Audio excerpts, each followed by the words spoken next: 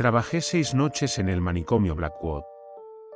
La séptima noche entendí por qué nadie dura más de una semana. Hola, no voy a decir mi nombre real. Si decides leer esto en tu canal, puedes llamarme Daniel. Necesito contarlo porque, desde que renuncié, las cosas no se han detenido. Y si algo me pasa, al menos quedará registro de lo que ocurre en ese lugar.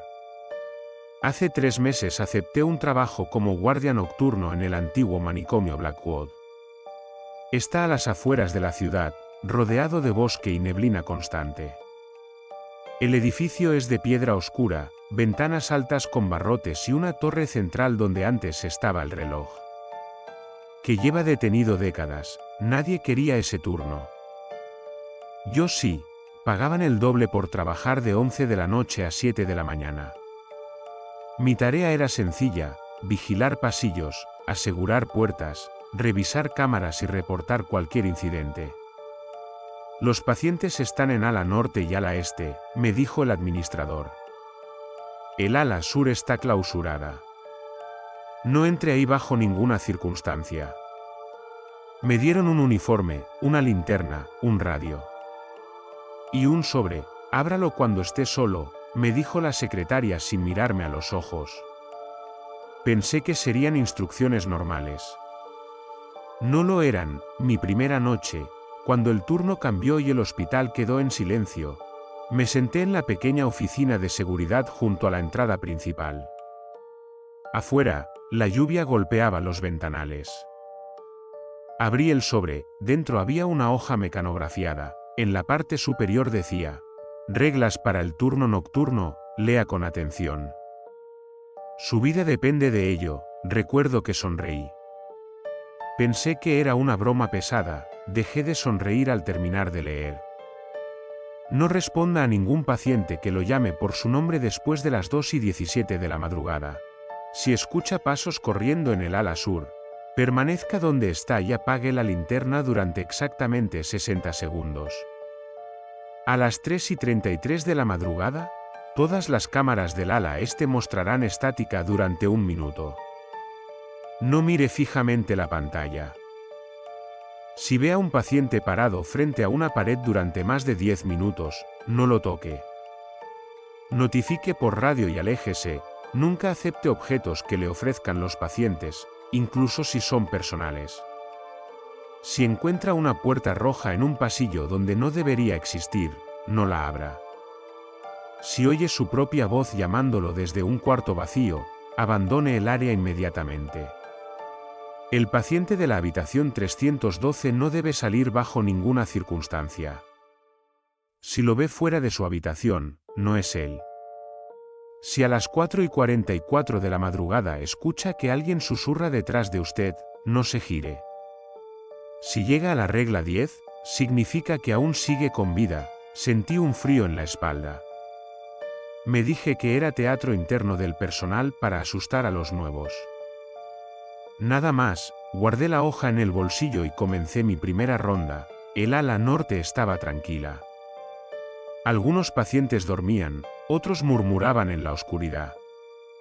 La mayoría estaban medicados y bajo vigilancia constante. El ala este era diferente. Allí estaban los pacientes con episodios psicóticos severos. Muchos no dormían nunca. Algunos se balanceaban en las esquinas. Otros reían sin motivo. Una mujer me miró fijamente desde su habitación y empezó a repetir: no mires las paredes cuando respiren. No mires las paredes cuando respiren. Seguí caminando. Todo parecía normal. Hasta las 2:17 de la madrugada, estaba revisando una puerta cuando escuché mi nombre, Daniel. Me quedé helado. La voz venía del fondo del pasillo. Era baja, casi un susurro: Daniel. Sé que es tu primera noche. Sentí la piel erizarse. Nadie allí sabía mi nombre. No lo había dicho a ningún paciente. La voz volvió a sonar, más cerca: Daniel. No leas las reglas. Recordé la primera norma: no responder. No hice ningún sonido. No miré atrás. La voz cambió. Se volvió infantil: Daniel. Tengo frío. Después, silencio absoluto. Me giré lentamente. El pasillo estaba vacío. Pensé que quizá alguien del personal había querido asustarme. Pero cuando revisé las cámaras después, no había nadie en ese corredor en ese momento. Mi primera noche terminó sin más incidentes, la segunda no fue igual. La noche 2 fue cuando entendí que las reglas no eran una broma. A las 3:33 de la madrugada estaba en la oficina mirando los monitores. Recordé la regla 3, todas las cámaras del ala este mostrarán estática durante 1 minuto. No miré fijamente la pantalla. Pensé que era imposible, a las 3:32. Todo estaba normal, a las 3:33. Todas las cámaras del ala este se llenaron de interferencia, exactamente al mismo tiempo. El sonido del estático llenó la habitación. Quise comprobar si era un fallo técnico, pero algo me detuvo. La advertencia, no mire fijamente la pantalla, intenté apartar la vista. Pero en la estática empecé a ver formas, sombras moviéndose, siluetas. Como si hubiera figuras caminando dentro del ruido blanco, y entonces, por un segundo, vi un rostro. Pegado a la cámara, sonriendo, no era un paciente que reconociera, tenía los ojos completamente negros. Aparté la mirada de golpe, conté hasta 60 en voz baja, cuando volví a mirar. Las cámaras funcionaban con normalidad, pero había algo diferente. La puerta de la habitación 312 estaba abierta, el paciente 312 se llamaba Marcos Varela. Según su expediente, sufría episodios violentos y delirios de persecución. Decía que algo vivía en los conductos de ventilación y que le hablaba por las noches. La regla 8 decía que no debía salir bajo ninguna circunstancia. Tomé la linterna y fui hacia el ala este. Mientras caminaba, sentía que el aire era más denso. Más pesado, llegué a la puerta 312, estaba entreabierta, empujé lentamente. La habitación estaba vacía, la cama deshecha. Las paredes cubiertas de marcas hechas con uñas. En el techo, alguien había escrito con sangre seca, no es Marcos. Se me heló la sangre, escuché pasos detrás de mí. Me giré, Marcos estaba al final del pasillo, de pie, sonriendo. Pero algo estaba mal, sus movimientos eran rígidos. Como si su cuerpo fuera una marioneta mal manipulada. Volví, dijo, su voz sonaba doble. Como si dos voces hablaran al mismo tiempo. Retrocedí. No deberías estar fuera de tu habitación, murmuré. Él inclinó la cabeza en un ángulo imposible. Yo no estoy fuera. La luz parpadeó, y en ese instante, por una fracción de segundo, vi algo detrás de sus ojos, algo que miraba a través de él. Recordé la regla. Si lo ve fuera de su habitación, no es él. Corrí, no miré atrás, encerré el ala este y reporté por radio un fallo eléctrico y posible escape. Cuando regresé con 2 enfermeros, la puerta 312 estaba cerrada. Marcos dormía en su cama, y el mensaje del techo había desaparecido. La tercera noche encontré la puerta roja. No estaba allí antes, lo sé, conozco los pasillos. No hay ninguna puerta roja en el ala norte, pero a las 2:58 de la madrugada, doblé una esquina. Y allí estaba, roja. De madera vieja. Con pintura descascarada, un pomo dorado brillante. Sentí que algo al otro lado respiraba, no exagero. Respiraba, lento, pesado, mi mano tembló, sabía la regla, no la abras. Pero escuché un golpe desde el interior, luego otro, luego mi voz, Daniel. Abre. Por favor, era mi voz exacta, como si estuviera grabada. Estoy atrapado aquí dentro, sentí náuseas. Di un paso atrás. Si no me abres, saldrá él. Algo arañó la madera desde adentro, no sé cuánto tiempo estuve allí, paralizado.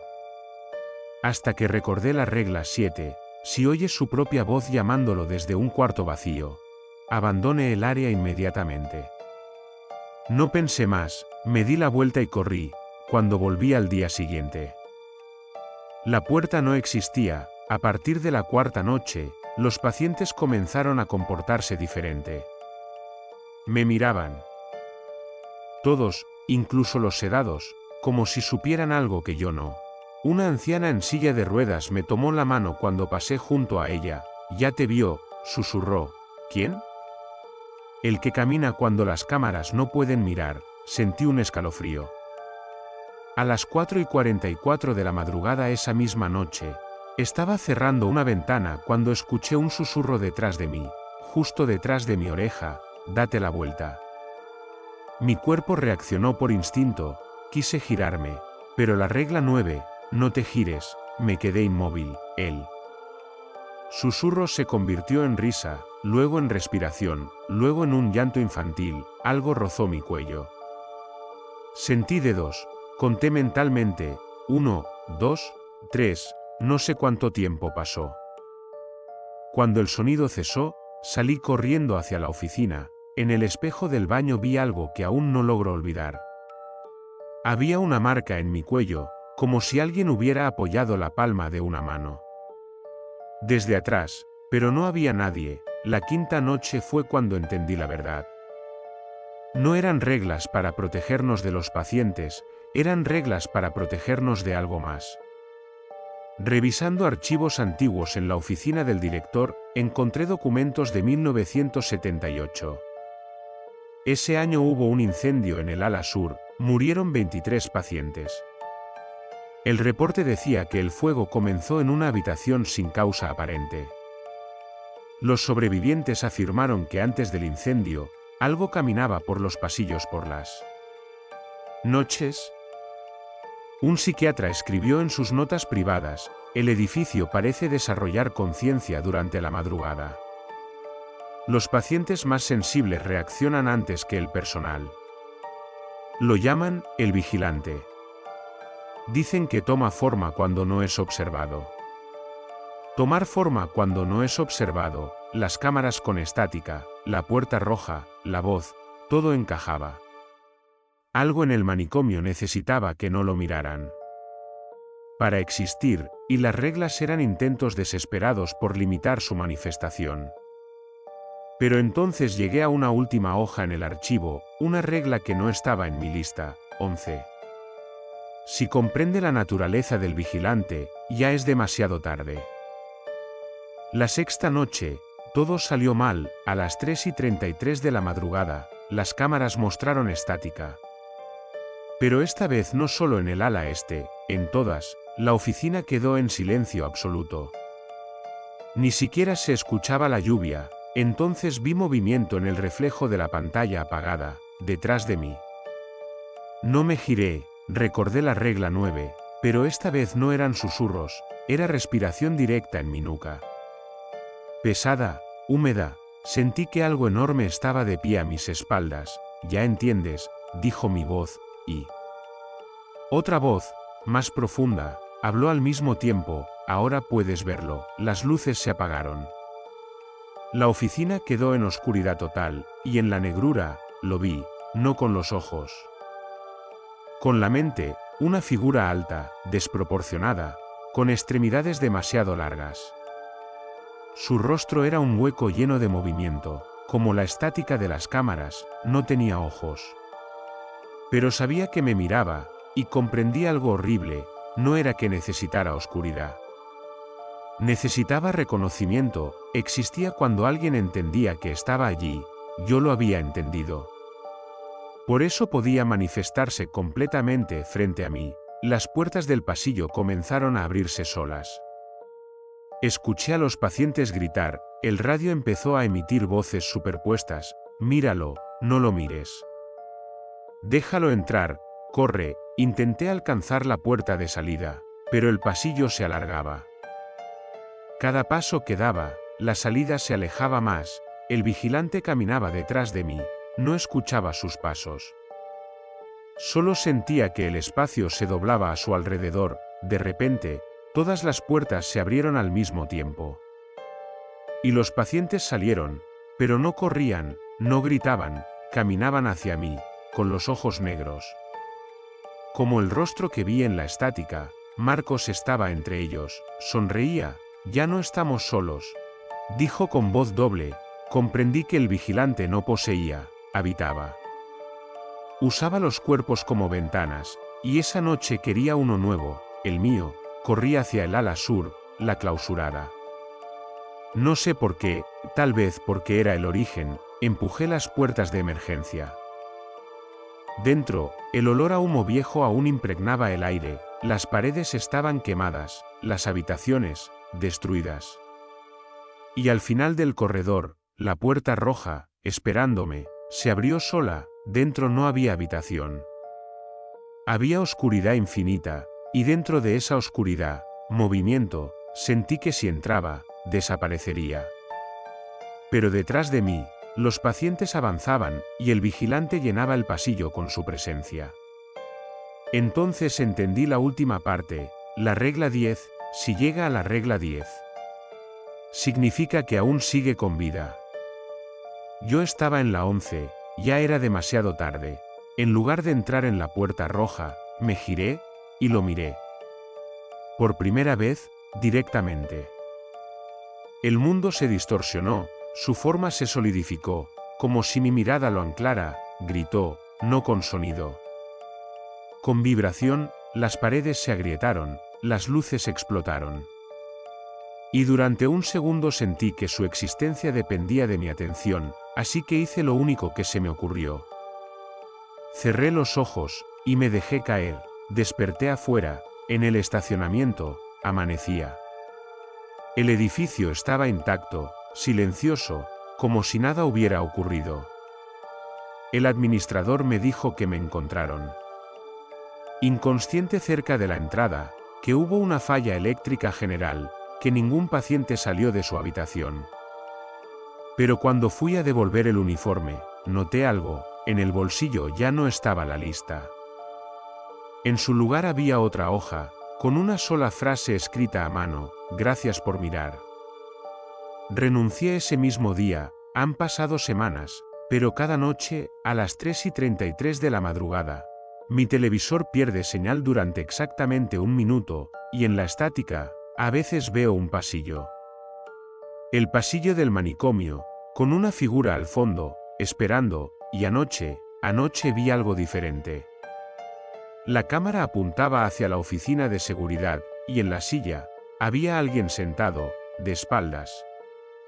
Con uniforme de guardia. Cuando la figura giró lentamente la cabeza hacia la cámara, vi mi rostro. Sonriendo, no he vuelto a dormir, porque entendí algo más. No escapé del vigilante, solo cambié de turno. Y ahora, creo que está esperando que alguien más lea esto, y comprenda, porque cuando entiendes que existe, él puede verte, y cuando puede verte, ya no necesitas estar en el manicomio para que empiece tu turno.